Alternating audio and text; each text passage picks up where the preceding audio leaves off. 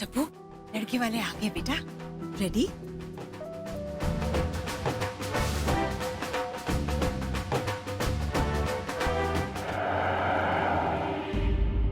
क्या हो भैया, गाड़ी क्यों रोक दी तुमने? सर गाड़ी में कुछ प्रॉब्लम हुआ है। गाड़ी में प्रॉब्लम आई तो जल्दी बाहर जाओ, चेक करो जल्दी, यार टाइम नहीं मेरे पास।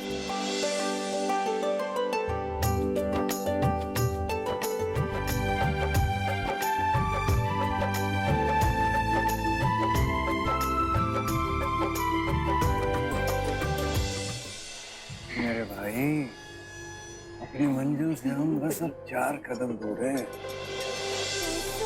साथिया माहिया बरसा दे इश्का की स्याहिया।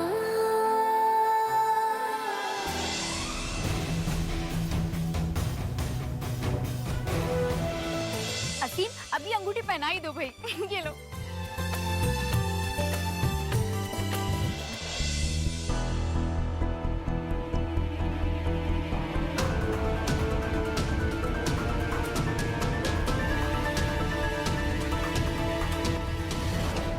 रुक जाओ।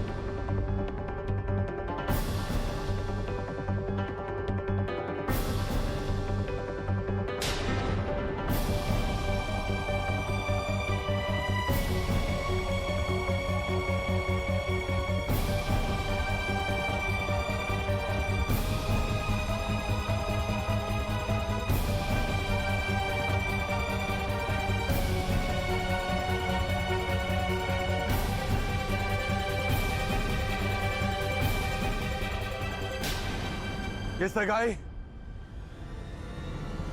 सगाई नहीं हो सकती।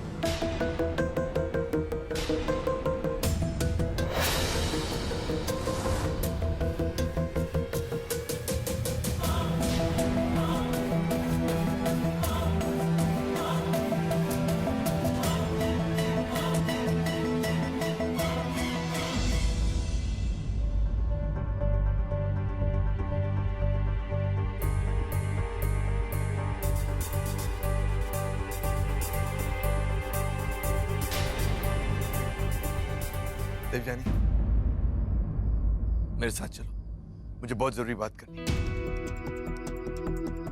साहब, आप यहाँ क्या कर रहे हैं? सब मेरी सगाई हो रही है। प्लीज यहाँ पे कोई तमाशा मत करिए। आपको जो बात करनी है कल हम ऑफिस में करेंगे। देवजानी, मैं कल तक का इंतजार नहीं कर सकता। अगर कल का इंतजार कर सकता ना तो ये पागलों की तरह भागकर नहीं आता मैं इस तरह। मुझे तुमसे बहुत जरूरी बात करनी, चलो मेरे साथ, come on. Sir, नीलन,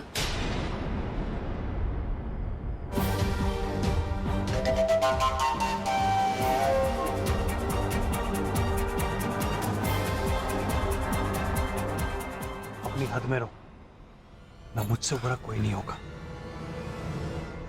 Asim, please please एक मिनट। सबको क्या लगता है आप यहाँ क्या कर रहे हैं? आप यहाँ आएंगे और मेरी सगाई की रस्म रोक देंगे, वो भी इस तरह? देवजानी, सिर्फ 15 मिनट चाहिए मुझे। 15 मिनट तुमसे बात कर लूं, उसके बाद तुम्हें जो चाहिए तुम करना। ओह, हेलो भाई साहब, ये मजाक नहीं हो रहा, सगाई हो रही है यहाँ पे। कोई फिल्म नहीं चल रही कि आप आए बीच में और रील काट ली। आपका जो ऑफिस का काम है ना, वो आप ऑफिस में करिएगा कल। ओ भाई साहब, वेटर, ठंडा पिलाओ इन्हें। आप चलिए यहाँ से। मैं तुमसे बात नहीं कर रहा हूं। देवजानी, मेरे साथ चलो इसी वक्त।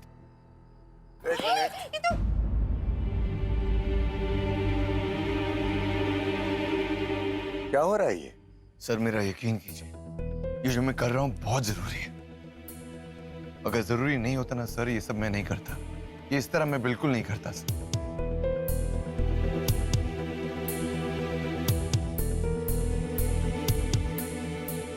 Sir, I'm telling you, this is very important. It's a very serious matter. In fact, मैं चाहता हूँ जब मैं देवजानी से ये सब बातें कर रहा हूँ, आप भी मेरे साथ अंदर चलिए। मैं चाहता हूँ कि आपको भी पता चले ये सब क्या हो रहा है। प्लीज। सगाई की रस्म पूरी होने तक नहीं रुक सकते? बस अंगूठी पहनाना ही बाकी रह गया है। नहीं रुक सकते सर, बहुत देर हो जाएगी। Please trust me.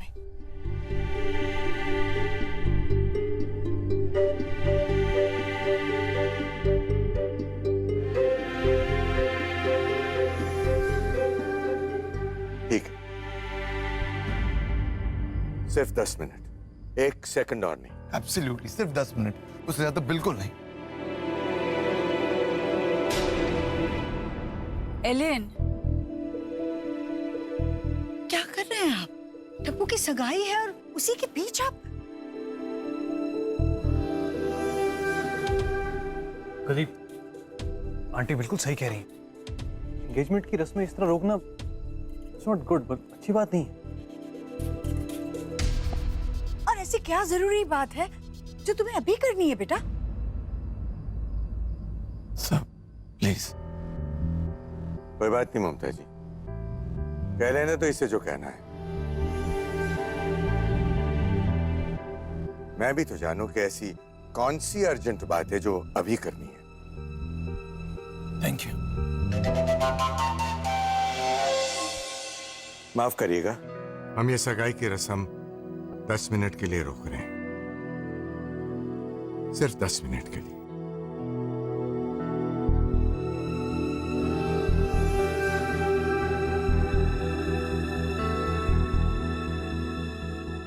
आओ।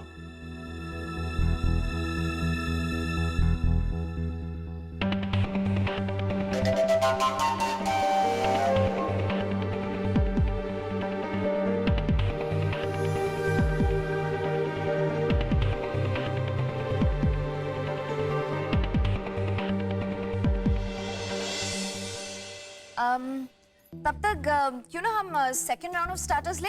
हाँ, मैं शरबत सर्व करवाती हूँ।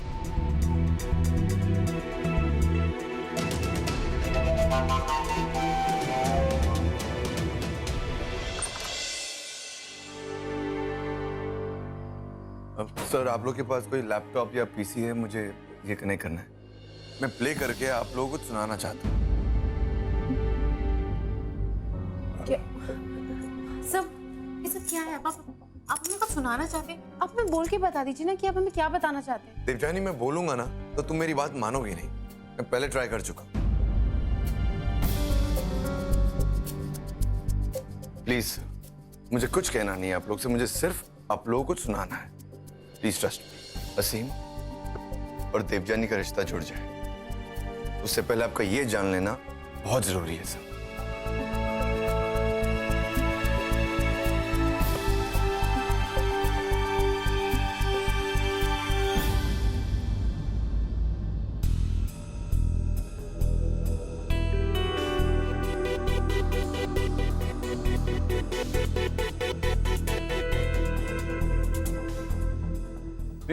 एक बात बताइए कि नहीं, यहाँ रिश्ता जोड़ने वाला है और ये बीच में डिल्लन आता है, सगाई रुकवा दी। कमाल है। और पापा जी भी उसकी साइड ले रहे। हाय हाय, हमारी समझ में भी नहीं आता कि ऐसी कौन सी बात थी जिसे सुनने के लिए जेठ जी भरी महफिल में अपने आप को बेइज्जत करवाने के लिए राजी हो गए। चाची जी, वैसे ही सब टेंस्ड है, आप आग में घी क्यों डाल रही हो? लो कर लो बात। यहाँ खाने को घी नहीं मिलता तो हम डालने के लिए कहाँ से ले आएंगे? वो तो हम कह रहे थे कि डब्बू को क्या। तू अगर पापा के साथ बात करने गई है तो कौन सा पहाड़ टूट गया है? कोई जरूरी बात भी तो हो सकती है ना।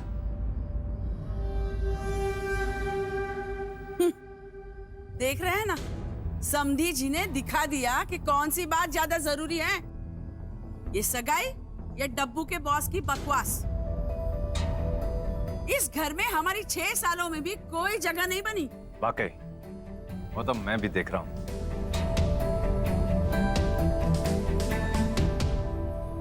अब ड्रिंक्स आ गए, अब आप लोग ड्रिंक्स पीजिए ना। विकी जी, सीम और चीज पकौड़ा भी आ रहे हैं, वो ट्राई कीजिएगा। It's really yummy. सर्व करो प्लीज।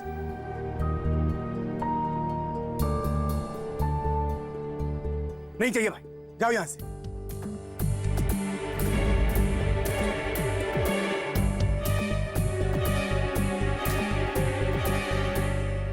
विकी जी, एक मिनट साली साहिबा, वो क्या है कि नहीं, हम ये मानते हैं कि जो ये डिल्लन जो है ये डब्बू का बॉस है, लेकिन ये अपनी बॉसगिरी अपने दफ्तर में करे ना, यहाँ तो घर का फंक्शन चल रहा है। ये फिर हमारी इज्जत का ना सही, कम से कम हमारे मम्मी पापा की इज्जत का तो सोचे।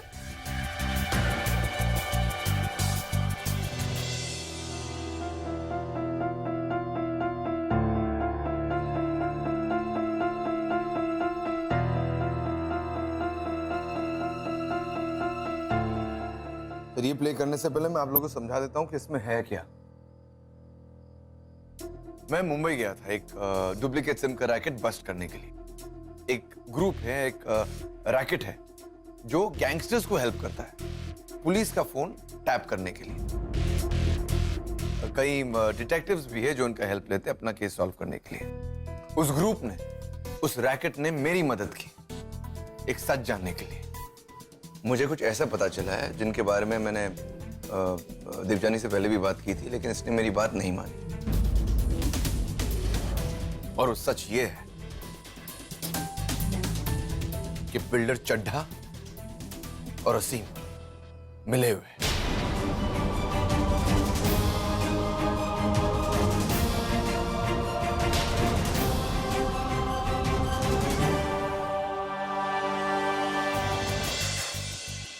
सच में माँ, उसने हमारे परिवार के लिए तो कुछ सोचा ही नहीं। देखा आपने, देखा था असीम को वो कैसे देख रहा था।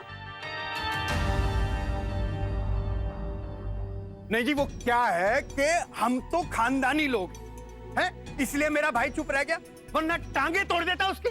और क्या, उसकी हिम्मत कैसे हुई कि आपके होने वाले दामाद से ऐसी बदसलूकी करे।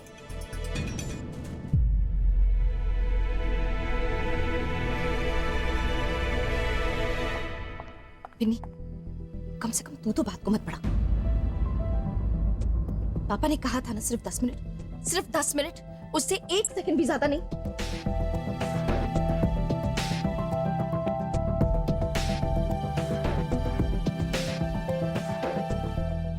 सीम, एक मिनट मेरी बात सुन।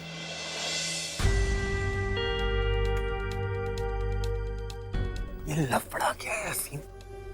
ये डिल्लन यहाँ पहुंच गया, कमीने ने सगाई रुकवा दी। भाई कहीं ये डब्बू के मन में फिर से कुछ नहीं कर पाएगा ये साला। अपनी सड़ी हुई सूरत लेके ना एक आध हफ्ते से ऑफिस में घूम रहा है, लेकिन कर कुछ नहीं पाएगा। जरूर अपना दुखड़ा रोने आया हुआ है यहाँ पे, लेकिन आपके ससुर के सामने कुछ नहीं डालेगी उसकी। आता हूँ अभी।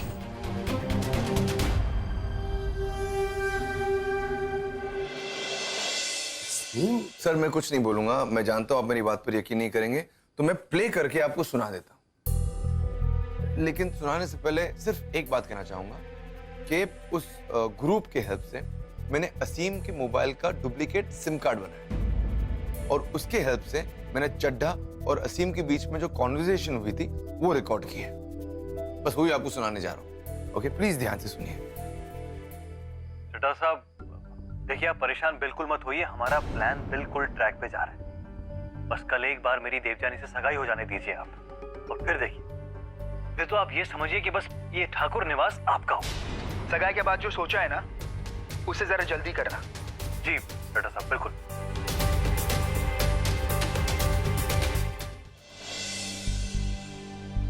माय गॉड माँ, अगर ये रिश्ता ना एनजी के किसी देवर के साथ हुआ होता ना, तो आप लोग की हिम्मत ही नहीं होती कि आप लोग ये सगाई रोक दे। लेकिन कभी आप लोगों ने ना मेरे परिवार के लिए सोचा ही नहीं। कोई फिक्रमंदी नहीं है, कुछ नहीं सोचते हैं माँ। मुझे लगता है आप लोग कभी मेरे लिए कुछ नहीं सोचते हैं। अरे आज मेरे पति की, मेरे देवर की, मेरे सास ससुर की बहुत बड़ी बेइज्जती हुई है माँ। अब मैं तो ये सोच रही हूँ मैं क्या मुंह दिखाऊंगी अपने सास ससुर को, क्या बोलूंगी माँ? बहुत बड़ी बेइज्जती होगी है। डब्बू मौसी की सगाई कब होगी? पता नहीं। तो तब तक हम लोग एक और आइसक्रीम खा लेते हैं। जो करना है करो, लेकिन मुझे परेशान मत करो। जाओ यहाँ से। बिन्नी दी, ये क्या कर रहे हो आप? अपना गुस्सा बच्चों पे क्यों उतार रहे हो? बच्चों, आप लोग जाओ, आइसक्रीम खा के आओ। क्या करूं मैं? हाँ, नाचू यहाँ पे? यहाँ पे जो कुछ भी हो रहा है ना, उसका खामियाजा मुझे ही भुगतना होगा। और तू देख नहीं रही है क्या? यहाँ पे सब लोग कैसे घूर रहे हैं हमको। तुझे क्या लगता है चंडी, ये जो मेरे सास ससुर हैं, वो मुझे इतनी आसानी से ये बेइज्जती भूलने देंगे? नहीं दी, आप समझ नहीं रहे हो, इतना हाइपर मत हो दी, सब ठीक होगा। क्या गलत कह रही है बिन्नी? ऐसे कभी होता है क्या? लड़की की सगाई है और वो बात करने चली गई, इसका क्या मतलब है? नहीं, मैं डब्बू को अभी के अभी लेकर आती हूँ। जो भी बातें होनी है वो सगाई के बाद हो सकती है। अरे माँ, 10 मिनट की तो बात है, रहने दो ना। एंड आई एम श्योर, अगर बात इतनी इंपॉर्टेंट नहीं होती ना, तो डिलन सर कभी नहीं आते ऐसे बीच में। माँ, पापा ने उनको जितना समय देने का प्रॉमिस किया है, कम से कम वो तो हो जाने दो। मामा चंडी सही कह रही है। और वैसे भी डब्बू डिलन के साथ अकेली तो नहीं गई है ना, जो सबको अजीब लगे। पापा गए हैं उनके साथ।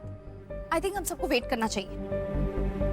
और बिनी प्लीज, तू ना थोड़ा रिलैक्स कर, परेशान होने की कोई जरूरत नहीं, हम हैंडल कर लेंगे तेरे फैमिली को। अंजी इज राइट बिन, अगर तुम्हारे इन-लॉज नाराज हुए हैं तो मैं उनसे बात करूंगा। आखिर मैं भी इस घर का दामाद हूँ। भाई हमें तो ये सब कुछ बिल्कुल ठीक नहीं लग रहा। अरे इतनी शानदार महफिल क्या आप लोगों ने इसलिए रखी थी ताकि सब मेहमानों के सामने आप लोग हमारी बेइज्जती कर सकें, हमें जलील कर सकें?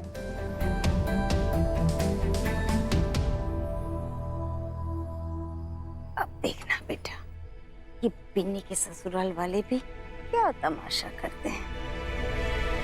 ऐसे मत कहिए समधी जी। तो जाइए ना, पता करवाइए क्या हो रहा है। अब हम और कितनी बेइज्जती सहेंगे? अरे मैं पूछता हूँ, ऐसी क्या बात थी जो सब मेहमानों के सामने नहीं हो सकती थी? बोलिए बोलिए समधन जी।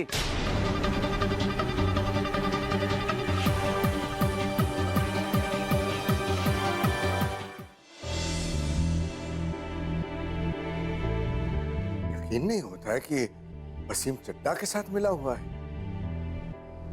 लेकिन क्यों, किस लिए? सर क्यों और किस लिए मैं आपको बाद में बताऊंगा। फिलहाल ये रात की रिकॉर्डिंग थी, मेरे पास एक और रिकॉर्डिंग है जो आज सुबह रिकॉर्ड की गई है। आज का दिन बहुत शुभ है असीम, बढ़िया से सगाई करके आना। आप चिंता मत कीजिए चड्ढा साहब, ठाकुर निवास तो आप ही के लिए सज रहा है। इस सगाई के बाद तो आप और मैं दोनों ही इसके डेमोलिशन पे शैंपेन पियेंगे, शैंपेन। डब्बू पे मेरा ऐसा जोर चलेगा कि उसका ये जज बाप बेचारा बन के मेरे ही इशारों पे नाचेगा। वो घर आपको मिल जाएगा और आपका टाउनशिप प्रोजेक्ट शुरू हो जाएगा। बहुत अच्छी असीम सहानी, इसके बाद तो तुम पर पैसों की बारिश करूंगा मैं। तुमने मेरे हेली रोड टाउनशिप का सपना पूरा किया है, अब तुम बहुत जल्द बहुत अमीर बनने वाले हो।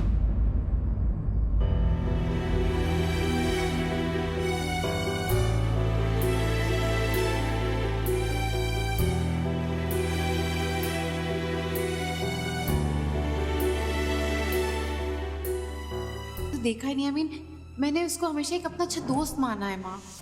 पर कम से कम कुछ कहने से पहले मुझे। जज साहब, आपने मेरे इस मुस्कुराते हुए चेहरे के पीछे छुपा डरावना चेहरा अब तक देखा नहीं। लड़कियों के बाप को इतनी अकड़ नहीं होनी चाहिए।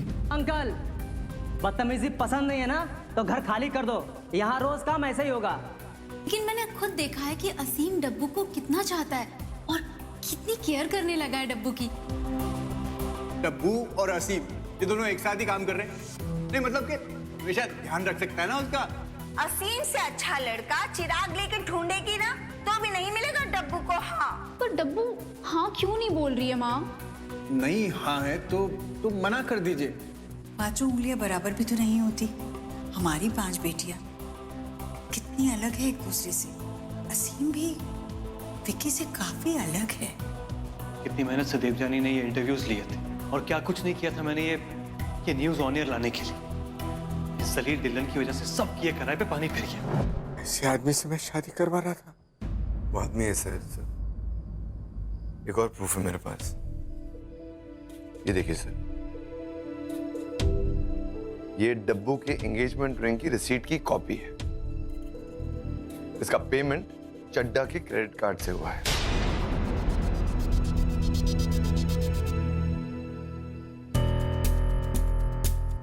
अब खुद सोचिए ना सर, असीम की सैलरी इतनी नहीं है कि वो 10 लाख के रिंग के बारे में सोचे भी। चड्डा उसे पैसे देता था ताकि वो आपको और आपके पूरे परिवार को, देवजानी को इम्प्रेस कर सके। सब एक नाटक था सर, एक नाटक। और इस नाटक के पीछे सिर्फ और सिर्फ एक ही मकसद था, आपके बंगलों पर कब्जा, जो वो लोग हड़पना चाहते थे।